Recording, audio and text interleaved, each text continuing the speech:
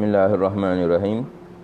Sekejap lagi kita akan mulakan siri kita yang ke-9 bagi bacaan kitab Aqidah At-Tahawiyah ini bagi Imam Ja'far At-Tahawi pada muka surat 27 bab Al-Isra' dan Mi'raj, insya-Allah.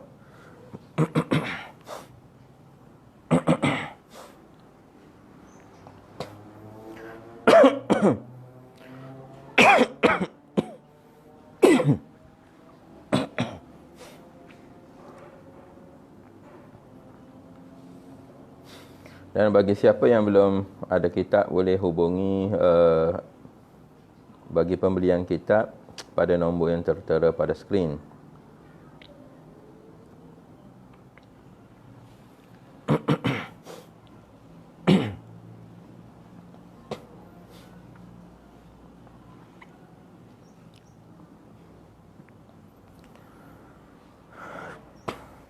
A'udzubillahi minasyaitonirrajim. Bismillahirrahmanirrahim. Alhamdulillah bidawamillahil azim. Allahumma salli wa sallim wa barik ala maulana Muhammadin wa ala alihi fi kulli lamhatin wa nafasin adada ma wasi'ahu ilmullah.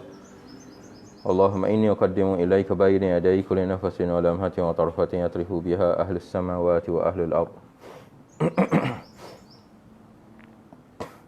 Wa kulli shay'in huwa fi 'ilmika ka'inun aw qad kana uqaddimu ilaika bayna yaday dhalika kulli. Astaghfirullahal azim alladzi la ilaha illa huwal hayyul qayyum wa atubu ilaih. Astaghfirullahal azim alladzi la ilaha illa huwal hayyul qayyum wa atubu ilaih. Astaghfirullahal azim alladzi la ilaha illa huwal hayyul qayyum wa atubu ilaih. A'udzu billahi minasyaitonir rajim. Bismillahirrahmanirrahim. Alhamdulillahi rabbil alamin arrahmanir rahim maliki yaumiddin. Iyyaka na'budu wa iyyaka nasta'in ihdinas siratal mustaqim. صراط الذين أنعمت عليهم غير المغضوب عليهم ولا الضالين آمين. سبحانك لا علم لنا إلا ما علمتنا إنك أنت العليم الحكيم. رب اشرح لي صدري ويسر لي أمري واحلل عقدة من لساني يفقهوا قولي. اللهم إني أسألك وأتوجه إليك بنبيك محمد صلى الله عليه وسلم نبي الرحمة. يا سيدنا يا محمد إني أتوجه بك إلى ربي أن يكشف عن بصري وبصيرتي. اللهم وشفع فيا. اللهم نور قلبي بنور معرفتك وهدايتك حتى أفهم ما أقول يرحم ما أقول أنتفع ما أقول.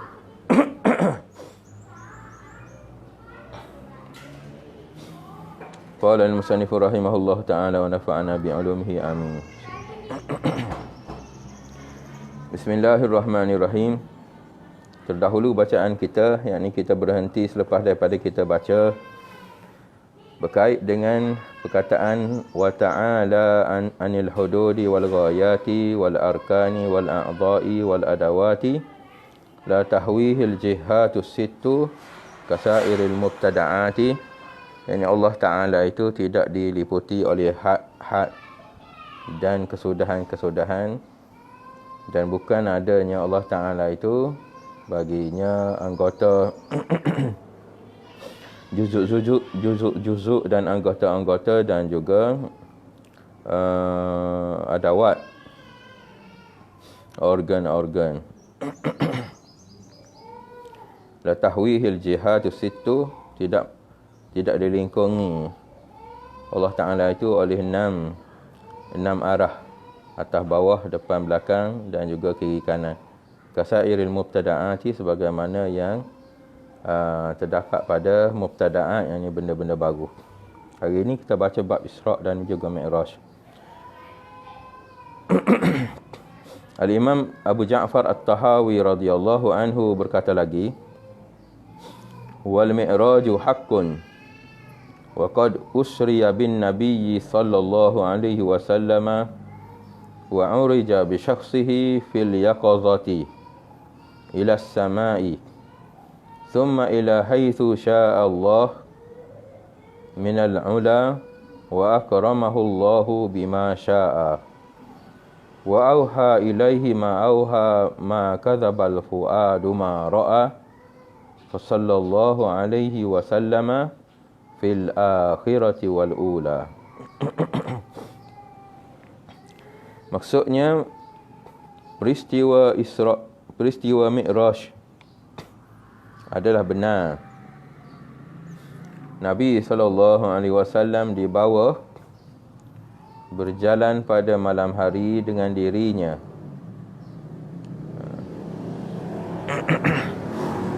Ada note dekat bawah dia, iaitu secara roh dan juga jasad. Dalam keadaan yaqadhah, yakni dalam keadaan jaga. Dan dibawa naik menuju ke langit, kemudian menuju ke tempat yang dikehendaki oleh Allah Subhanahu wa taala. Allah Subhanahu wa taala memuliakan baginda Nabi sallallahu alaihi wasallam dengan cara yang dikehendakinya dan memberikan wahyu kepada baginda sallallahu alaihi wasallam dengan wahyu daripadanya. Hatinya tidak mendustakan apa yang telah dilihatnya. Ini ialah ayat Quran surah An-Najm, surah An-Najmi ayat yang ke-11. Allah berselawat ke atas baginda sallallahu alaihi wasallam di dunia dan akhirat. Kita tengok semula pada matan bagi kitab. Wal mi'raju haqqun, dan mi'raj. Mi'raj ini dia berlaku bersama dengan Isra'. Isra' itu ialah perjalanan bagi Nabi SAW pada suatu malam daripada Masjidil Haram Mekah ke Masjid Al-Aqsa di Baitul Maqdis. Dan daripada Baitul Maqdis terdapat pula, ini perjalanan bumi, dia sebut sebagai Isra'. Manakala perjalanan daripada bumi ke langit pula, iaitu dinamakan sebagai Mi'raj. Mi'raj asalnya ialah tangga, nak tangga tu, Mi'raj. Maknanya Nabi naik ke langit melalui tangga yang Allah Ta'ala sediakan bagi dia ke langit.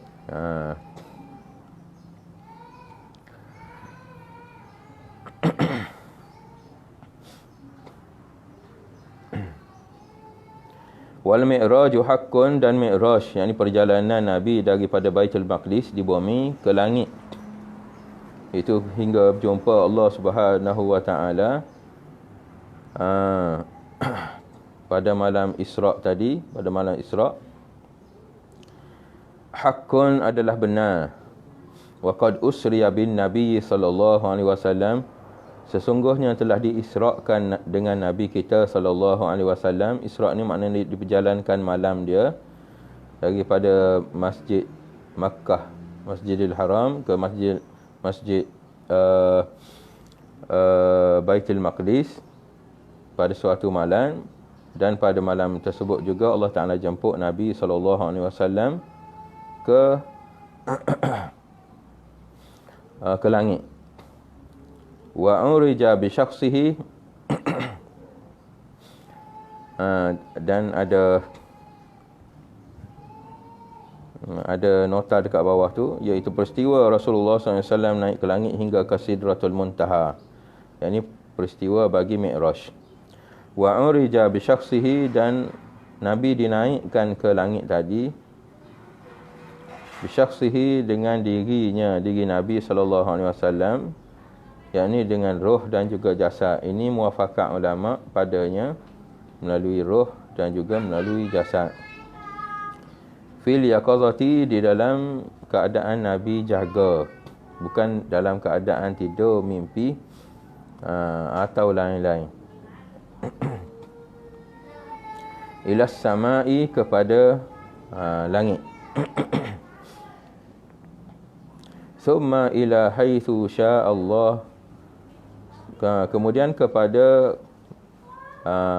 sehingga mana yang dikehendaki oleh Allah Subhanahu wa taala, minal ula, daripada ketinggian tadi. Wa akramahullahu bima syaa, dan Allah Taala muliakan Rasul sallallahu alaihi wasallam dengan apa yang dia kehendaki. Isra' dan juga Mi'raj ini sebenarnya satu kemuliaan bagi Nabi kita SAW yang tidak berlaku pada Nabi-Nabi lain. Tidak berlaku pada Nabi-Nabi lain.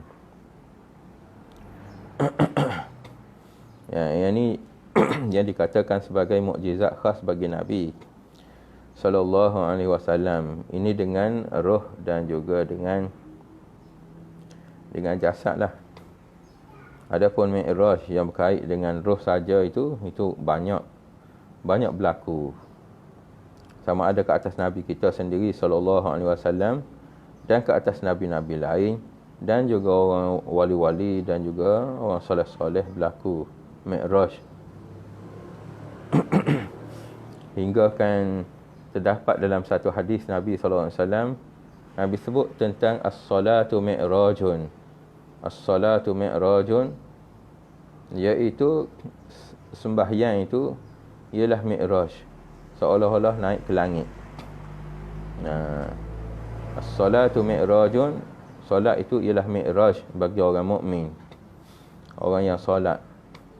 Mi'raj di sini bukan makna naik macam yang Nabi naik tu, naik ke langit. Mi'raj di sini dengan makna naik ke langit kesucian. Ini bagi istilah orang tasawuf, naik ke langit kesucian, yang makna solat itu tempat bagi mereka itu menghadap Allah Subhanahu Wa Taala, dan disucikan mereka itu dan mendapat musyahadah akan Allah Subhanahu Wa Taala. Ni Mi'raj di sini ialah langit kesucian tu. Ini bagi solat lah. Maknanya perkataan Mi'raj ini bukannya semata-mata naik, digunakan untuk hanya Nabi naik ke langit saja dengan roh dan juga jasad, tidak. Bahkan Nabi nisbahkan solat itu pun Mi'raj juga.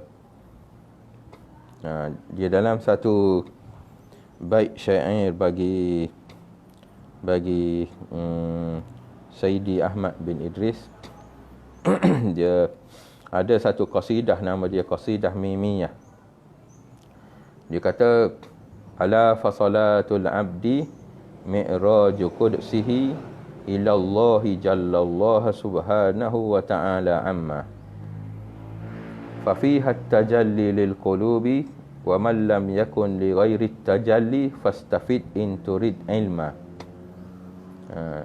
Sidi Syekh Sidi Ahmad bin Idris dia kata, ala fasalatul abdi, ketahui olehmu solat seorang hamba itu mi'raju qudsihi, iaitu seumpama mi'raj dia, yakni naik ke langit kesucian. Mi'raju qudsihi ilallahi jallallaha subhanahu wa ta'ala, kepada Allah Subhanahu wa ta'ala.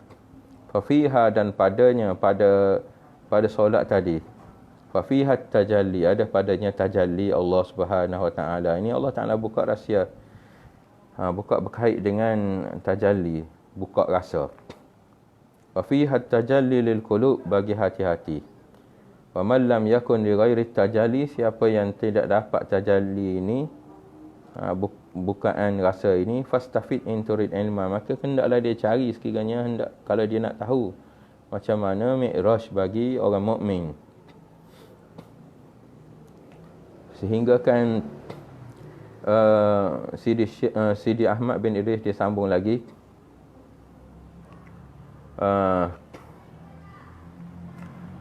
faman lam yusallil fardha wan nafla hakaza, siapa yang tidak solat dia, faman lam yusalli fardha wan nafla, dan juga siapa yang tidak solat fardu dan juga solat nafilah, solat sunat, hakaza, yang ada padanya mi'raj, yang ada padanya tajalli Allah Ta'ala pada hati mereka itu,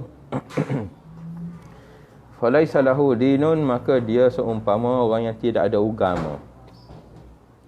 Orang yang tak ada agama. Kalau orang solat tapi tak ada padanya tajalli Allah Subhanahu wa ta'ala dalam solat tersebut, tak ada mi'raj, falaisa lahu dinun, maka seolah-olah orang itu orang yang tak ada agama.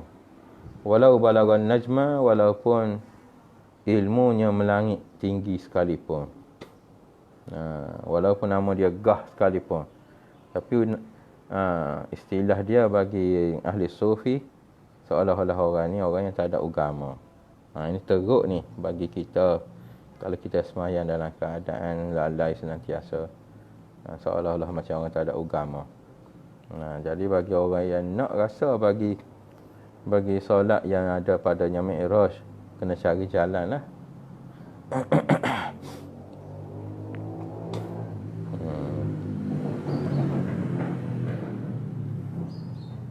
Wa auha ilaihi ma auha, dan mewahyukan Allah Ta'ala kepada Rasul itu ma auha, apa yang Allah Ta'ala nak wahyukan kepadanya, nak bagi tahu apa dekat Mi'raj tadi. Sebab Mi'raj ini perjalanan Nabi. Ma kadzabal fuadu ma ra'a, ini ayat Quran. Ma kadzabal fuadu ma ra'a, tidak sekali-kali hati Nabi itu mendustakan hati itu ma ra'a, apa yang ia lihat, apa yang Nabi lihat pada malam Mi'raj tadi.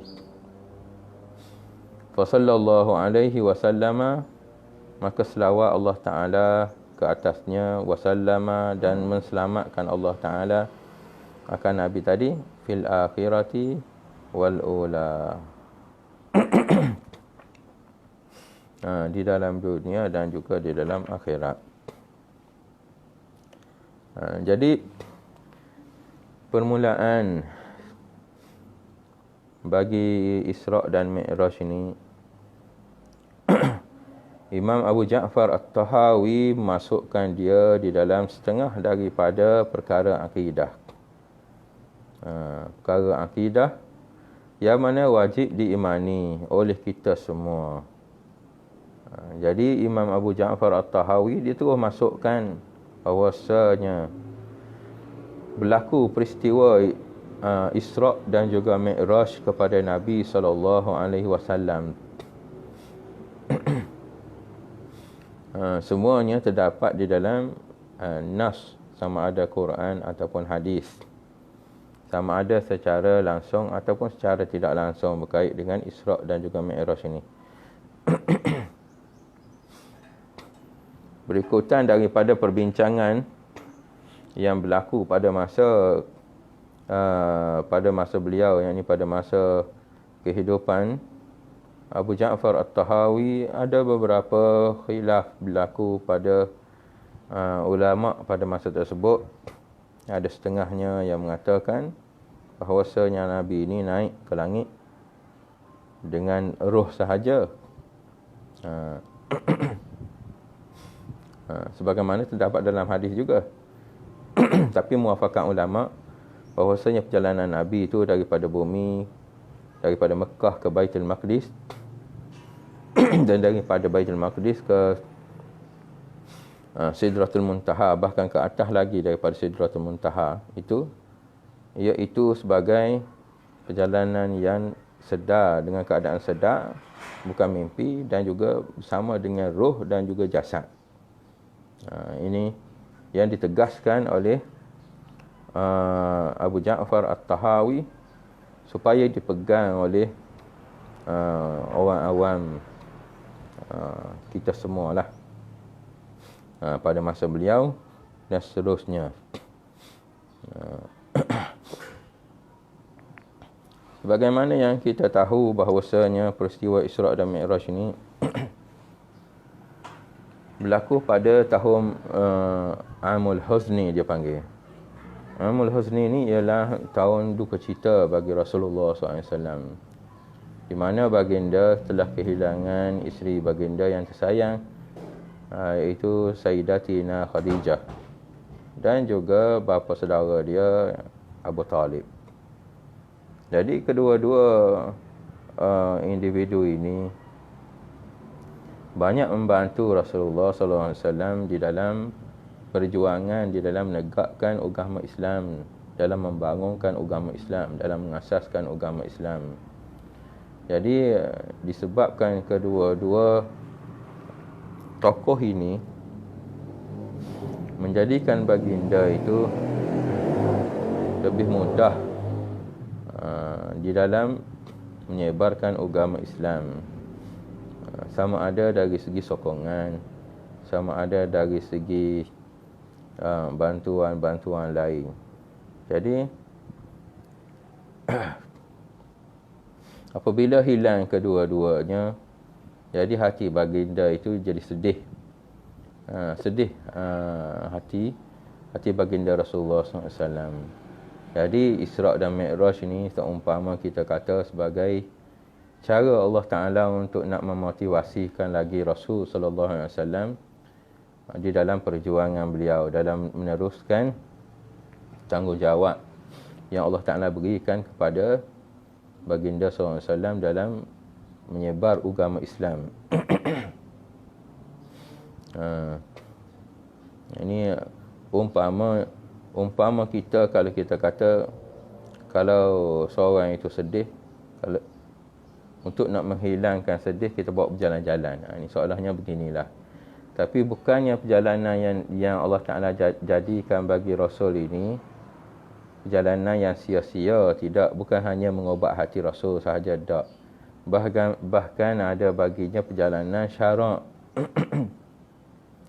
yang mana penuh dengan hukum-hukum syarak nanti yang akan dipikul oleh Nabi SAW dan juga akan dipikul oleh umat dia. Perjalanan yang panjang, di mana Allah Ta'ala tunjuk beberapa perkara dan juga beberapa peristiwa yang berlaku pada umat dia nanti pada masa akan datang, menjadikan Rasul ini lebih teguh hati dia dan lebih kuat hati dia dan menjadikan Rasul ini lebih semangat untuk nak meneruskan menjalankan tanggungjawab dia nanti. Bahkan yang paling besarnya iaitu apabila Allah Ta'ala kurniakan kepada umat Nabi sallallahu alaihi wasallam dengan solat 5 waktu. Itu paling besar peristiwa ataupun perkara yang didapat oleh Rasulullah SAW sebagai hadiah pada malam Mi'raj. Solat.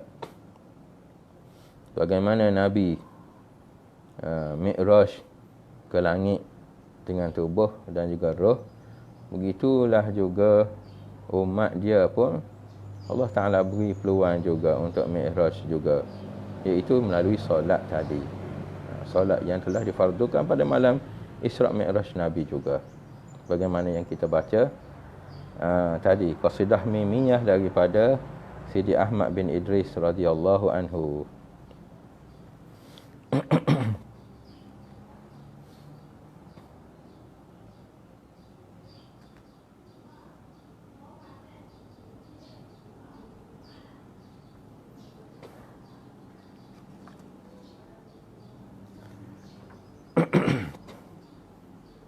Kalau ada apa-apa soalan boleh tekskan dalam skrin nanti.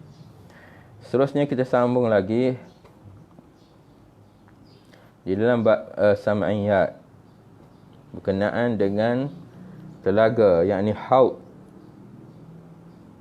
dan syafaat.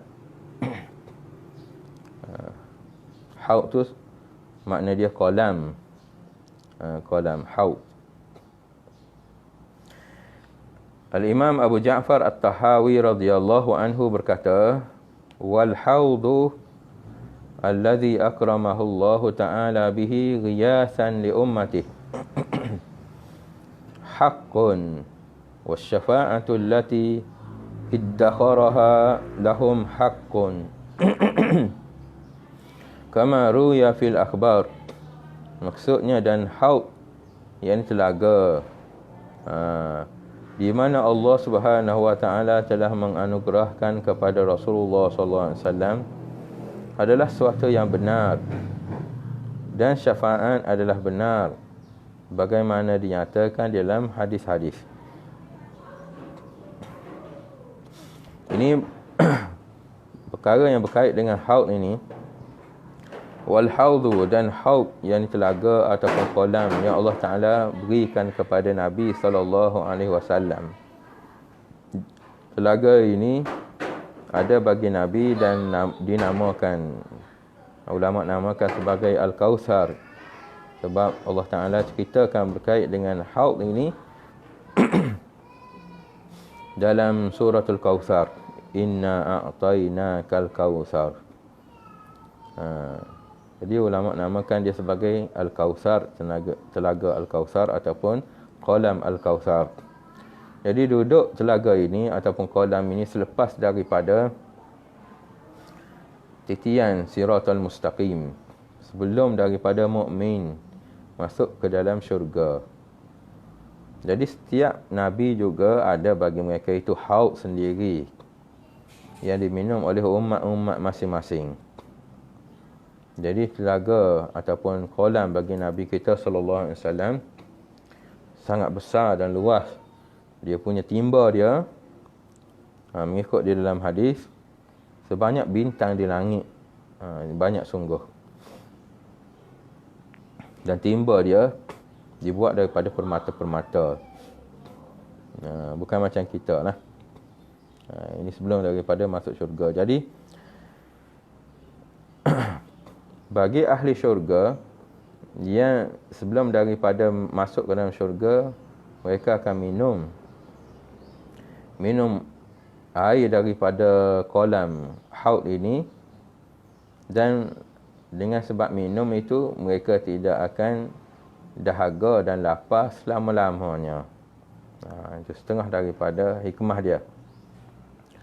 Dan akan bertukar selepas daripada minum tu, kulit-kulit yang panas, yang hangus kena panas matahari pada mahsyar itu akan bertukar jadi putih dan akan berubah semuanya jadi elok belaka.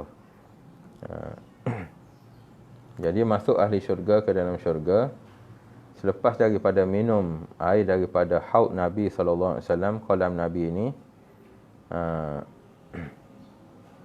yang akan menukarkan, yang akan menjadikan mereka itu tidak lagi akan merasai dahaga dan juga lapar, dan akan menukarkan tubuh mereka kepada tubuh orang muda belia. Tak ada lagi kesan-kesan daripada azab Allah Subhanahu Wa Taala di pada mahsyar, tak ada, hilang belaka. Jadi kata ulama, masuk syurga semua orang ahli dunia ini masuk syurga dalam keadaan umur dia 33 tahun. Wal haudhu alladhi akramahu Allah Ta'ala bihi ghiyasan li ummati, yang mana Allah Ta'ala muliakan dengan dia, dengan telaga tadi muliakan akan Nabi sallallahu alaihi wasallam dengan adanya haud tadi yang nama Kautsar tadi, riasan sebagai anugerah li ummatihi, kepada umatnya sallallahu alaihi wasallam. Haqqun wal haudhu haqqun. Itu dia punya khabar dia. Haqqun iaitu sebenar. Maknanya ada, betul. Telaga dan juga kolam ini sebelum daripada ahli syurga masuk ke dalam syurga dan minum air dia. Wasyafa'atu, ni masuk dalam syafaat pula. Jadi berkait dengan haud Nabi ini, di dalam surah Al-Kautsar, Allah Ta'ala sebut, inna a'tainakal kautsar, sungguhnya kami kurniakan kepadamu Al-Kautsar. Jadi kata setengah ulama mufassirun, dia tafsirkan Al-Kautsar itu dengan telaga. Bagi Syekh Ahmad bin Idris radhiyallahu anhu, dia terjemahkan sebagai inna a'tainakal kautsar, sungguhnya kami kurniakan kepadamu ya Muhammad al-Kautsar, yakni ashabul kautsar. Ashabul kautsar yakni ashab, yakni apa yang kita kata sebagai orang yang nanti umat dia yang akan minum bagi Al-Kautsar. Fasalli li rabbika wanhar, maka solat olehmu dan juga sembelih olehmu. Perintah Allah Taala, wanhar dan juga sembelih. Solat di sini kata ulama iaitu solat bagi Idul Adha. Wanhar dengan sebab ada padanya sembelihan korban. Inna syani'aka huwal abtar, sungguhnya mereka yang menghina kamu. Syani'aka, menghina kamu wahai Muhammad. Huwal abtar, mereka itulah yang abtar ini orang yang tidak ada baginya nasal keturunan. Dan orang yang terputus daripada rahmat Allah Subhanahu Wa Taala. Jadi kalau kita tengok bagi terjemahan inna syani'aka huwal abtar, jadi pada zaman dahulu kaum Quraisy, yakni orang kafir Quraisy, dia hina Nabi sallallahu alaihi wasallam dengan menyatakan bahawasanya Nabi itu tak ada baginya keturunan dengan sebab Rasulullah sallallahu alaihi wasallam tak ada baginya anak lelaki dengan sebab kematian semua. Jadi bagi orang kafir Quraisy, dia hina Nabi sallallahu alaihi wasallam dengan menyatakan Nabi ini sebagai orang yang al-abtar, yakni orang yang terputus nasab keturunan. Padahal Allah Taala kata inna syani'aka, sungguhnya orang yang hina kamu wahai Muhammad, itulah orang yang terputus tak ada bagi mereka itu nasab keturunan. Dan benar berlaku begitu, yang mana golongan kafir Quraisy ini memang selepas daripada mereka ini, mereka tak ada anak keturunan. Sebab itu kita dengar kita tak akan jumpa keturunan bagi Abu Lahab, Abu Jahal, tak ada. Tuhan matikan keturunan mereka itu. Bahkan Allah Ta'ala kembangkan zuriat Nabi SAW melalui Sayyidina Hasan dan juga Sayyidina Husain.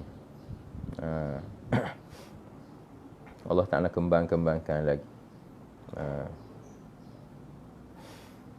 Jadi betul lah apa yang difirmankan oleh Allah Ta'ala, bahawasanya akan ada bagi Nabi itu keturunan dan juga berpanjangan keturunan dia. Yang ini Ashabul Kausar tadi. Begitu juga janji Allah Subhanahu Wa Taala hilang segala keturunan ataupun putus keturunan bagi kaum kafir Quraisy. Itu yang kita belajarlah daripada surah Al-Kautsar. Wasyafa'atu allati iddakharaha lahum haqqun, dan syafaat allati iddakharaha yang Allah Ta'ala sediakan lahum, syafaat tadi bagi mereka itu, bagi umat Nabi SAW, haqqun, juga benar. Syafaat yang berlaku pada hari kiamat nanti, yakni dinamakan sebagai syafaatul uzma. Ini terdapat di dalam surah Ad-Duha. Wala sawfa yu'tika rabbuka fatardha. Wala sawfa yu'tika rabbuka fatardha. Lagi akan kami kurniakan kepada kamu wahai Muhammad. Tapi Allah Ta'ala tak sebutkan tentang apa yang Allah Ta'ala nak kurniakan. Fatardha, kamu pasti redha. Kamu pasti suka, gembira tentang apa kurnia Allah Ta'ala itu pada hari kiamat nanti. Yakni ulama tafsirkan dengan syafaatul uzma. Syafaat ini ialah syafaat yang mana meliputi semua syafaat. Dinamakan syafaatul uzma ini dengan sebab syafaat yang besar, meliputi semua, sama ada orang mukmin dan juga orang kafir, semua dapat syafaat ni. Tapi bahagian syafaat itu, bagaimana syafaat pada orang mukmin, pasti sudah berbeza dengan syafaat orang kufur, berbeza. berlaku pada hadis dan juga terdapat dalam kitab-kitab akidah kita yang mana apabila umat manusia ini dibangkitkan daripada mahsyar, mereka itu akan duduk di mahsyar dalam beberapa masa yang lama, hingga kan dikatakan bahawasanya peluh setengah daripada setengah itu ada yang sampai pada buku lali, ada yang sampai kepada lutut, ada yang sampai pada pinggang, ada yang sampai parah dada, dan ada setengah daripadanya hingga tenggelam dalam peluh sendiri dengan sebab panas pada hari kiamat. Dan walaupun panas sekalipun, orang yang sebelah dia tidak akan terkena peluh, melainkan peluh mereka sendiri saja. Jadi dengan sebab lama keadaan duduk di padang mahsyar dengan azabnya semua, bagi orang yang terkena azab lah. Jadi sampai manusia ini tidak lagi tahan, hingga mereka berkata, biarlah, dah tak tahan sangat azab di mahsyar. Mereka kata, biarlah, kalau kami masuk neraka pun neraka lah. Mereka ingat neraka itu lebih ringan daripada azab di mahsyar, ujian Allah Ta'ala di mahsyar. Jadi mereka kata, kalau Allah Ta'ala tentukan kami ni masuk neraka lah, dah tak tahan sangat dah. Jadi Allah Ta'ala ilhamkan kepada manusia supaya pergi cari nabi-nabi mereka hingga mereka ini muafakat, manusia yang duduk di mahsyar muafakat untuk pergi jumpa dengan Nabi Abul Bashar, yakni Nabi Adam alaihi salatu wassalam. Jadi mereka pergi kepada Nabi Adam, mereka jumpa, mereka mengatakan, wahai Adam, kamu ini awal-awal makhluk Allah Ta'ala dan juga pilihan Tuhan, di mana malaikat pun sujud kepada kamu. Wahai Adam, mintalah pada Allah Ta'ala syafaat, supaya kamu syafaatkan kami semua. Jadi Nabi Adam dia kata tak boleh. Dia kata, nafsi, aku, kamu lah. Aku hari ni aku tidak berani. Tak pernah lagi aku tengok Tuhan begitu murka pada hari ini. Jadi aku pun pernah buat salah dahulu. Jadi dengan sebab aku pernah buat salah ini, takut aku pada Allah Subhanahu Wa Taala. Jadi kamu pergi jumpa dengan Nabi lain. Hingga semua umat dia pergi jumpa dengan Nabi. Nabi selepasnya, semuanya tidak berani. Dengan sebab semuanya mengaku pernah buat salah dan takut dengan murka Allah Ta'ala, yang mana mereka tak pernah tengok lagi murka Tuhan sebegini sekali. Jadi pergi mereka berjumpa dengan Nabi kita sallallahu alaihi wasallam.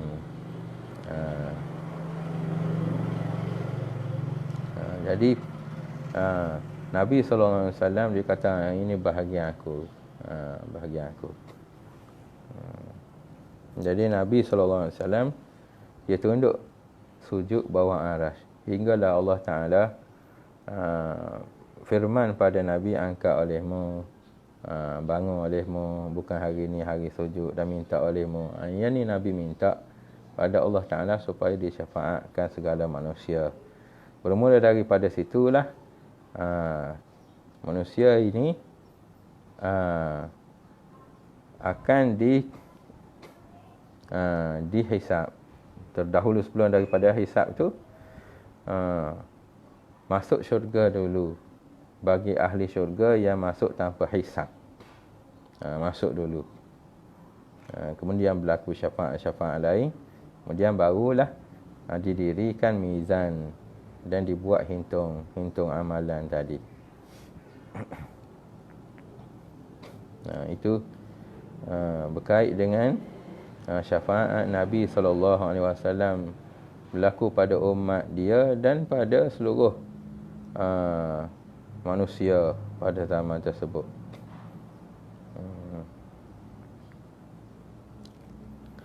Pada hari kiamat lah.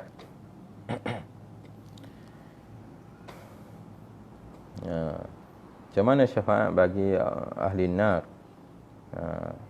Ahli nar. Syafaat berlaku pada mereka ini dengan Allah Ta'ala segerakan perjalanan hitung bicara mereka. Kemudian fasal seterusnya iaitu misaq dan ketentuan Allah Subhanahu wa taala. Wal misaqul ladzi akhadahu Allah Ta'ala min Adam wa dzurriyyatihi haqqun. Misaq yakni perjanjian yang Allah Ta'ala buat. Alladzi akhadahu, ketika Allah Ta'ala menciptakan Adam dan zuriat Adam alaihi salam dan zuriat baginda alaihi salam adalah benar, semuanya adalah benar. Ini perjanjian berkait dengan Allah Ta'ala ambil perjanjian mentaati Allah Subhanahu wa taala dengan zuriat Nabi sallallahu alaihi wasallam, iaitu zuriat Adam, termasuk kita semualah. Mana ni? Ini terjadi pada masa alam arwah ataupun alam zuriyah. Jadi Allah Ta'ala, kita dah cakap dahulu mengikut bagi hadis Sayyidina Jabir. Yang ni hadis ini dipegang oleh ulama tasawuf, yang mana awal-awal kejadian bagi makhluk ini iaitu ruh bagi Nabi kita SAW, yang disebut sebagai Nur Muhammad. Ruh Nabi kita. Nur tu makna ruh. Jadi daripada nur Nabi kita ini, daripada roh Nabi kita ini, Allah Ta'ala jadikan segala perkara. Termasuklah juga ruh-ruh anbiya, ruh-ruh orang mukmin dan ruh-ruh orang kufur, semuanya terjadi pada roh Nabi. Asal daripada satu benih sahaja. Jadi semua roh ini Allah Ta'ala dah siap ada dah. Sama ada orang mukmin ataupun orang kafir. Tapi roh ini, sebelum mereka ini masuk ke dalam tubuh, semasa duduk di alam arwah tu, Allah Ta'ala telah ambil perjanjian dengan kata alastu bi rabbikum. Terdapat dalam Quran. Alastu bi rabbikum, Allah Ta'ala tanyakan pada roh-roh. Qalu bala syahidna. Roh itu berkata, bahkan kami menyaksi. Seolah-olahnya kami membuat aku janji atas taat kepadamu, ya Allah. Roh ini, dia alamah darrakah. Dia amat mengetahui, amat tahu tentang Allah Subhanahu Wa Taala, amat kenal Allah Subhanahu Wa Taala. Jadi tak payah belajar. Sebelum daripada roh ini masuk tubuh, dia kenal Allah Subhanahu Wa Taala. Tapi terjadi kufur itu selepas daripada masuk dalam tubuh tu. Sebelum daripada masuk tubuh, semua roh-roh ini telah bersedia dah, telah ada lengkap dah, daripada manusia awal hingga ke manusia yang nanti Allah Ta'ala akan bangkitkan sebelum daripada kiamat daripada zuriat Nabi Adam. Jadi pertanyaan ini, pertanyaan berlaku pada alam arwah, ataupun semasa Allah Ta'ala letakkan roh ini pada sulbi Nabi Adam. Sebab tu dinamakan alam zurriyah. Daripada sulbi Nabi Adam inilah pecah-pecah roh ini pergi kepada tubuh masing-masing nanti. Jadi di situ pertanyaannya. Misaq ini makna perjanjian. Wal misaqu, dan perjanjian yang Allah Ta'ala ambil dengan roh semasa di dalam alam arwah ataupun alam zurriyah. Allazi akhadahu Allah, yang Allah Ta'ala ambil perjanjian tadi, dilakukan perjanjian ini, perjanjian taat setia orang panggil. Min Adama, daripada Adam, wa zurriyatihi, dan daripada zuriat dia. Hakun adalah sebenar berlaku ini. Dan ini terdapat di dalam Al-Quran. Tak boleh sekali-kali kita nak nafikan bahawa semua roh ini asalnya ialah mukmin. Tapi apabila keluar daripada keluar, Allah Ta'ala letakkan dari dekat badan, itulah yang berlakunya pecahan sama ada mukmin atau kufur, dan semuanya kembali semula bagi mereka yang Allah Ta'ala beri hidayah, dia kembali semula kepada Islam.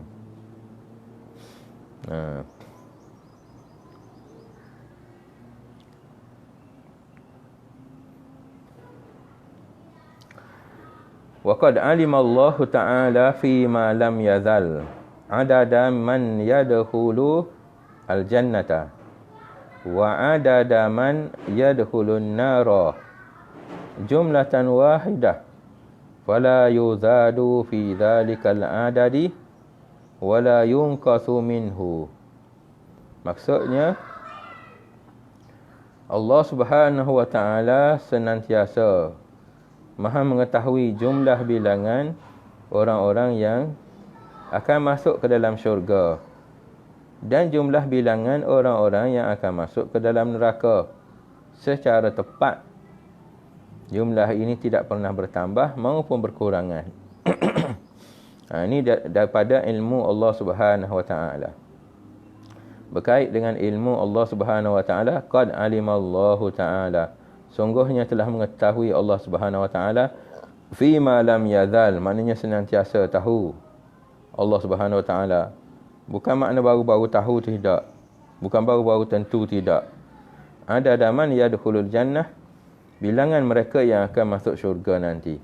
Berapa bilangan dia daripada jumlah mereka yang akan masuk syurga. Wa adada man yadkhulul wa adada man yadkhulun nara, dan Allah Ta'ala mengetahui sejak azali lagi bilangan mereka yang akan kekal di dalam neraka. Jumlatan wahidah, secara jumlah yang satu, maknanya sekali tahu.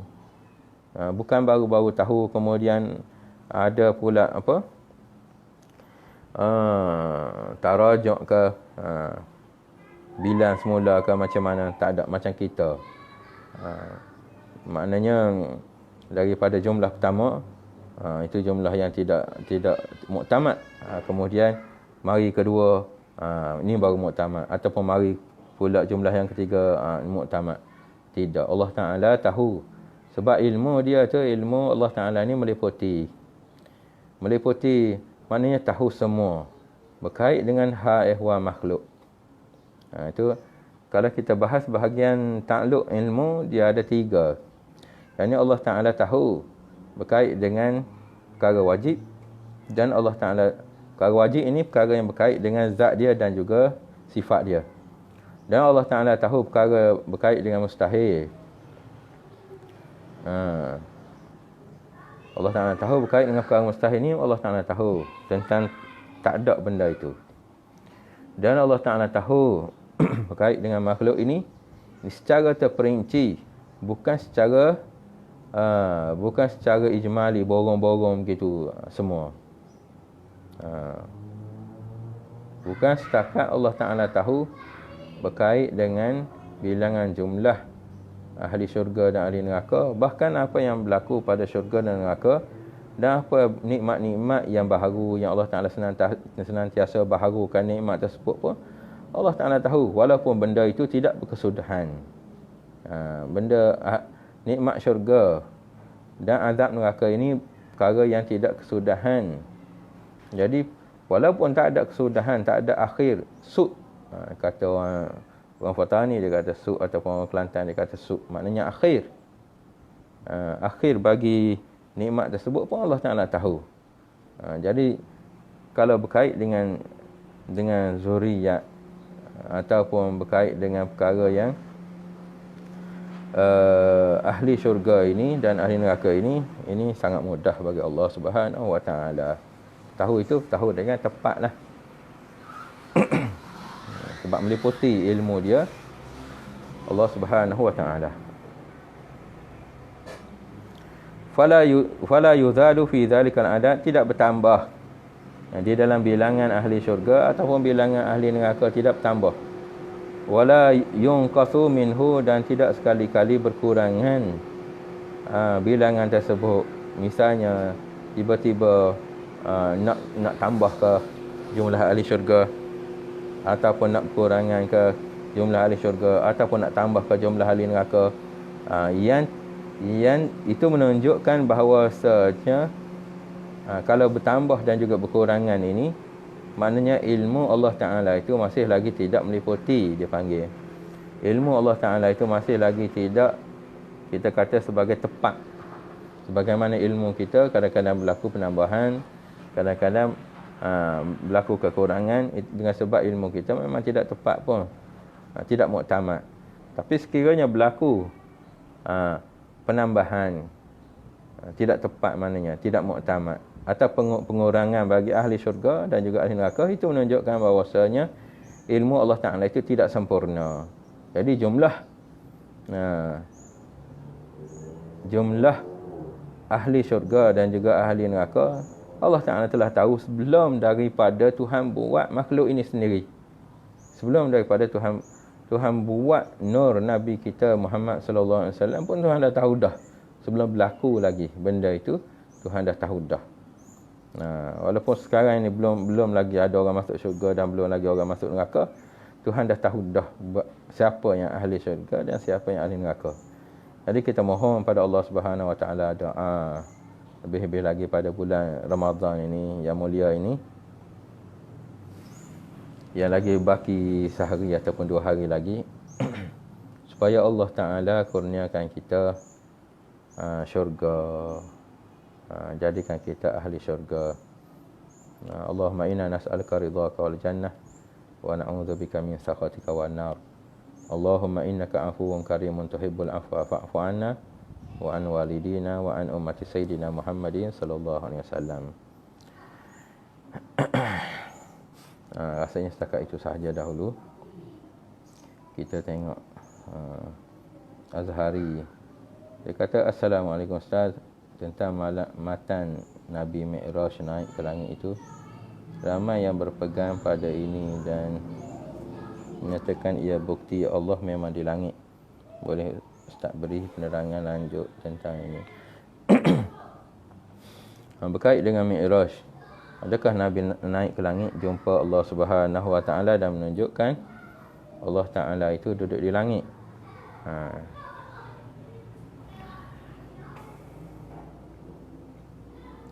Jadi setengah ulama kata, tidakkah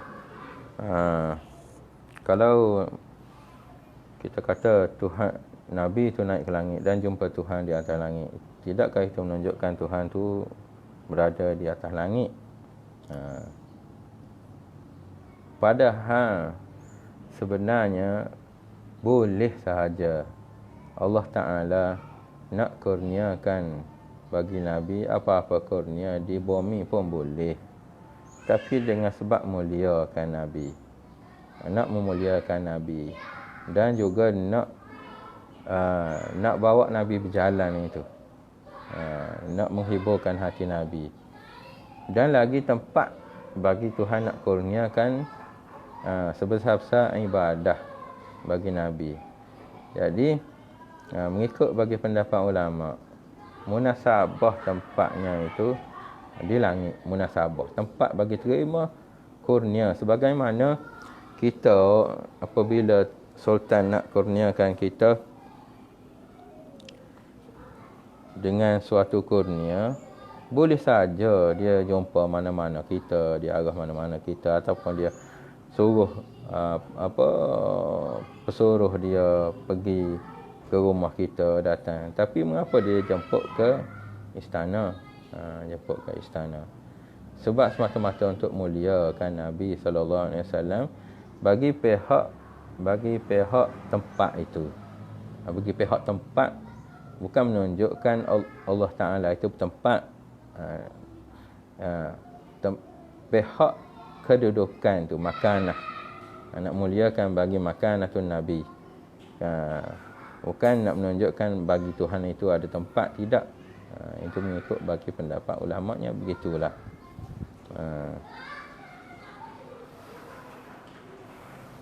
Mungkin ada lagi penerangan yang lebih baik daripada itu. Harap Azhari Aziz dapat cari lagi lah.